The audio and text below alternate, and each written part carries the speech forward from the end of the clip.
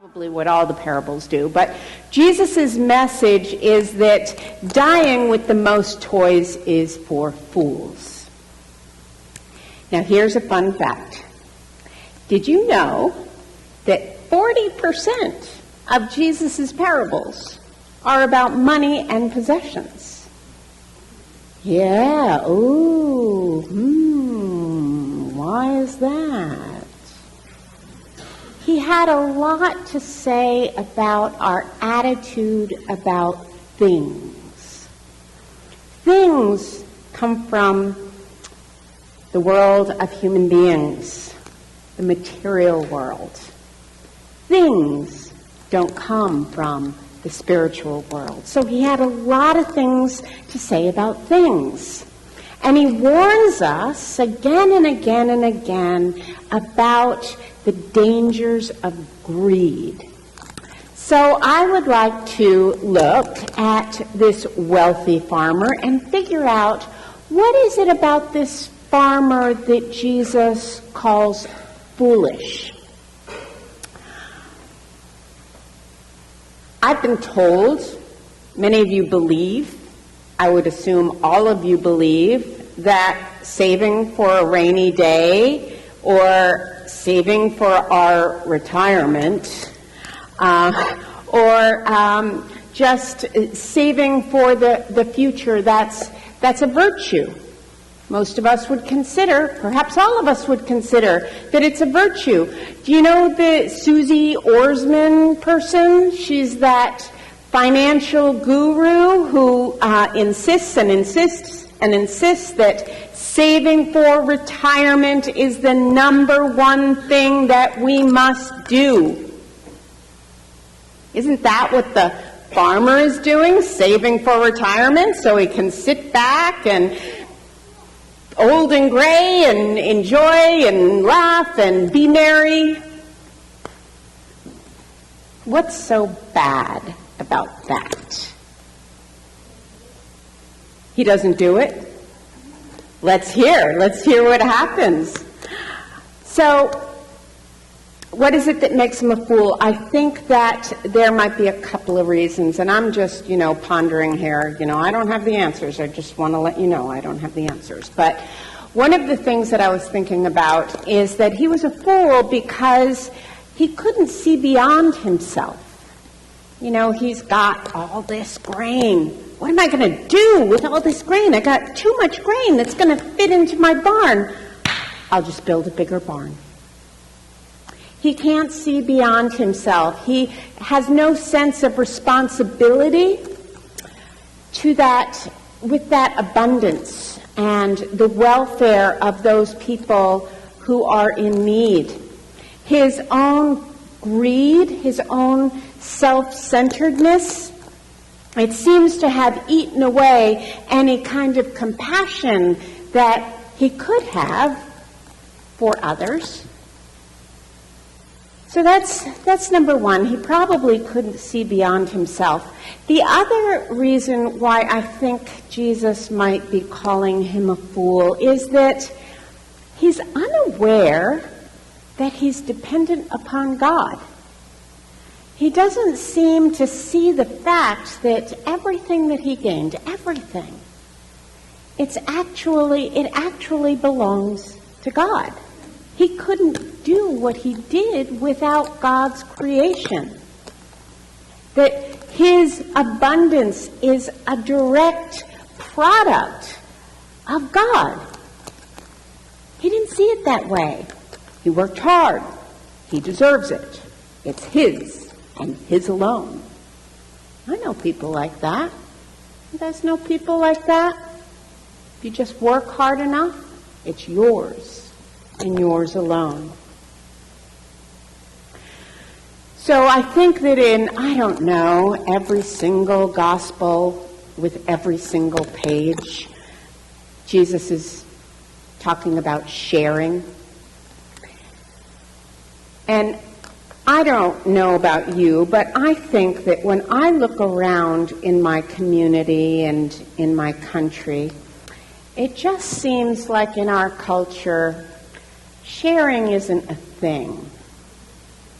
All we have to look at is the gap between the wealthy, those who have and those who have not, and it getting wider and wider and wider and wider and wider.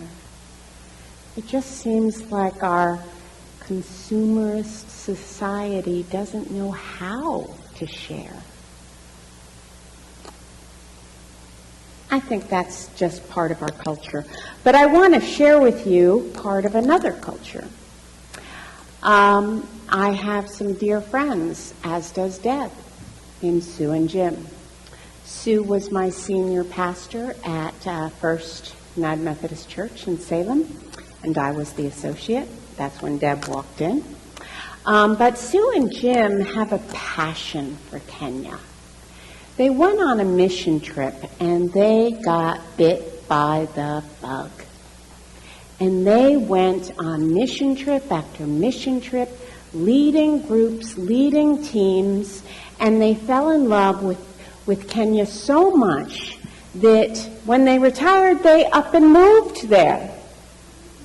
They lived there for years. They were administrators in the hospital of a fairly small city. And then they came back and they recruited again, and some of you may have remembered that they recruited us, that me, Miley, Clint, and Donna Davis were all suckered into going to Kenya, and we were so excited. And then COVID hit. One day I'll still go. But what happened was Sue would always go with gifts. And this one time maybe you remember this story. This one time she went to Kenya with a really big bag of candy for the kids. And she brought this candy, and all the kids are all around. I don't know if you see pictures of children in Kenya. They don't have any, what do you call that? Space. They don't, what is that? Social distancing. They personal space. Thank you. They have no sense of personal space. They're all, huddled together. And there's all these kids, and Sue has this bag of candy, and she's like, hey, what's she going to do? So she handed it to the grandmother, just assuming the grandmother is going to, dole out the candy in a fair way so there's not, she got more than me, right? Well, the grandmother just took the bag of candy and handed it to the kid next to him. Oh my gosh, a treasure. Look what I have. Look what my grandmother gave me. Look at this big bag of candy. And guess what the kid did? The kid took the candy and made sure every single child got a fair piece of candy. No one got more. No one got less. Compare that to, generally speaking, compare that to perhaps a third grader today. Compare that to the farmer. How is it different from the farmer that Jesus is talking about? It wasn't even on the farmer's radar that he was given this abundant gift by God to share it. It was his. It was given to him. It was his. Ken's going to love that I'm quoting Will Durant. But Will Durant, Nancy, said, insecurity is the mother of greed. Ooh, insecurity is the mother of greed. So it's our own insecurities in this life that keep us from sharing, that keep us from reaching out with compassion and love and generosity. Let me just say this. I know none of you are the farmers, so I'm really not talking about any of you. I'm talking about those other people out there, okay? So I just want to make that clear. So insecurity keeps us from doing this. And I guess if Will Durant is true, if insecurity is the mother of greed, then it would be logical that the more insecure you are, the greedier you are. That makes sense to me. The Kenyan children are one example. I'd like to give you another example. A while ago, a couple of years ago, I saw this YouTube video. It was an experiment that a college kid was doing. And I don't know, it was a sociology class or something. And he wanted to observe and write and report on how homeless people handle money. And so he went to this area, really not so good part of the city. A lot of homeless communities were in this area in the city. And, there's very few grocery stores in these places, right? So there's like this corner store that sells a little bit of everything, particularly alcohol, maybe some groceries. Of course, nothing, healthy, but still, some food. And so the college kid went up to this one particular homeless man who was on his way to the store, and he went and he said, I just want to give you money. I know it doesn't make sense, and I know, there's no reason for it, but I just want to give you $100. So the homeless man said, thank you. And the college student went away. But he didn't really go away. He went back into his hiding place where he was filming what was happening, and he wanted to see what would happen when he gave this homeless person $100. He was assuming that the person would come out with oodles of alcohol. But he didn't. He came out with bags of food, groceries. He went to the homeless camp, and he passed out all the food to his homeless neighbors. The college kid was shocked. That's not what he expected. And so he saw the guy not that much longer later, and he said, look, I know, spying on you is not respectful, but I did, and I just couldn't believe that you did this. And you're such a kind and generous man. And I do want to give you $100, but I want you to keep it. I want you to use it for yourself. This is for you and your kindness. This is your reward. And the student went away. He really didn't go away. And the homeless man did exactly the same thing. Doesn't he get it? He gets it. He was given a great treasure, and he gave it all away. Maybe he kept a Twinkie for himself. I don't know. So I think that we need to turn to our own insecurities. What are our insecurities? What in our life are we insecure about? Now, you might be thinking right now, well, I don't have any insecurities. Not the right answer. If you just give it a little time, if you go home and think about it, what are you insecure about? Now, if you're thinking about what you're insecure about and you have an idea of something that you don't feel really good about, I bet you that scenario that you're thinking of does not include another person. I bet you that you are trying to do it and do it alone. And in that, there's some insecurity. Our feeling of true security, and I think you probably have experienced this too as you're sitting in this room, our sense of real, true security that doesn't shake at all is when we are dependent on God. Because God is the only thing that doesn't change. Everything in this world changes. Everything. There's not one thing that changes. Rocks even change. But God never changes. And we can always depend on God's love. Now, we have a founder, not really a founder, but kind of like the guy who kind of created our denomination, and you all, well, I should stop saying you all. And his name was John Wesley. Nancy? And one of the most famous things he said is, first, gain all you can. Second, save all you can.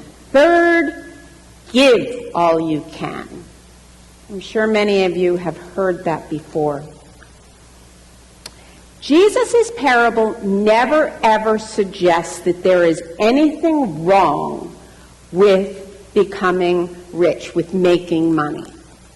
There is never anything wrong with having a lot of money, with earning a lot of money. There is nothing wrong about saving. But we're called more. We're called to do more than gain.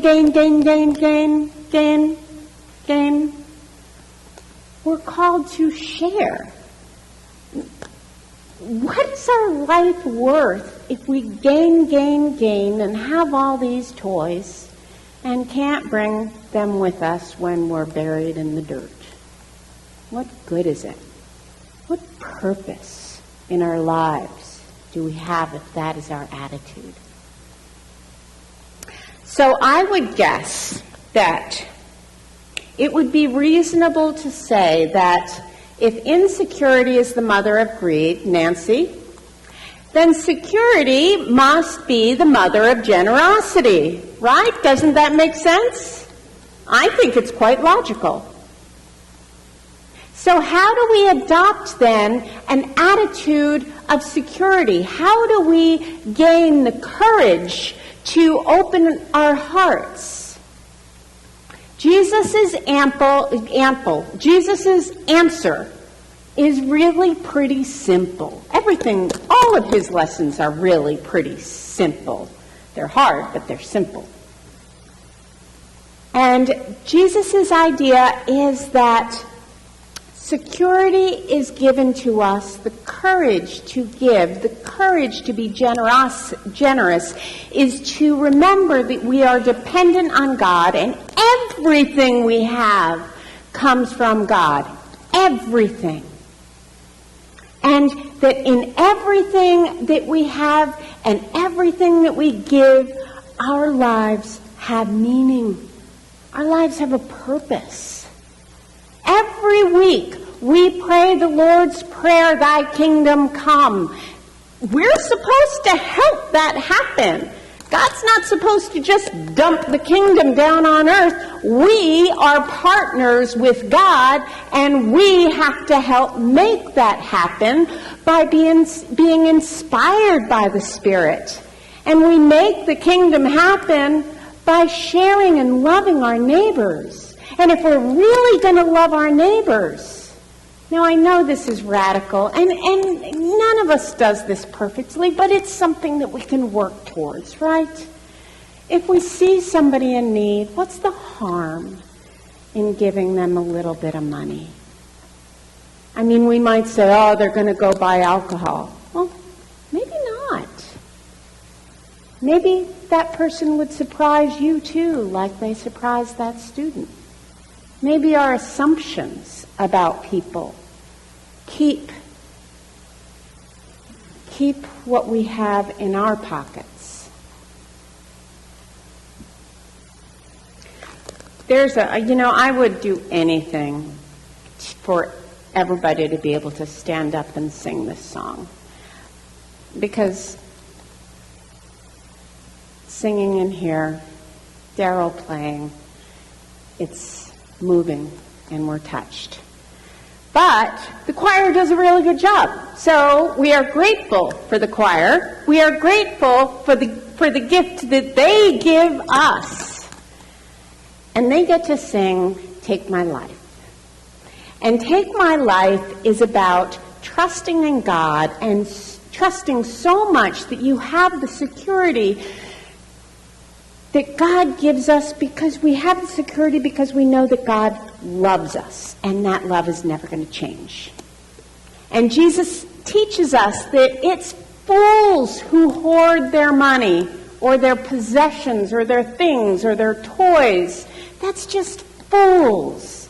The wise people, the people who make a difference, the people who feel like their life has purpose, the people who feel like they're grateful for being walking on this earth because they get to be participants with God and make this place a better and holy place.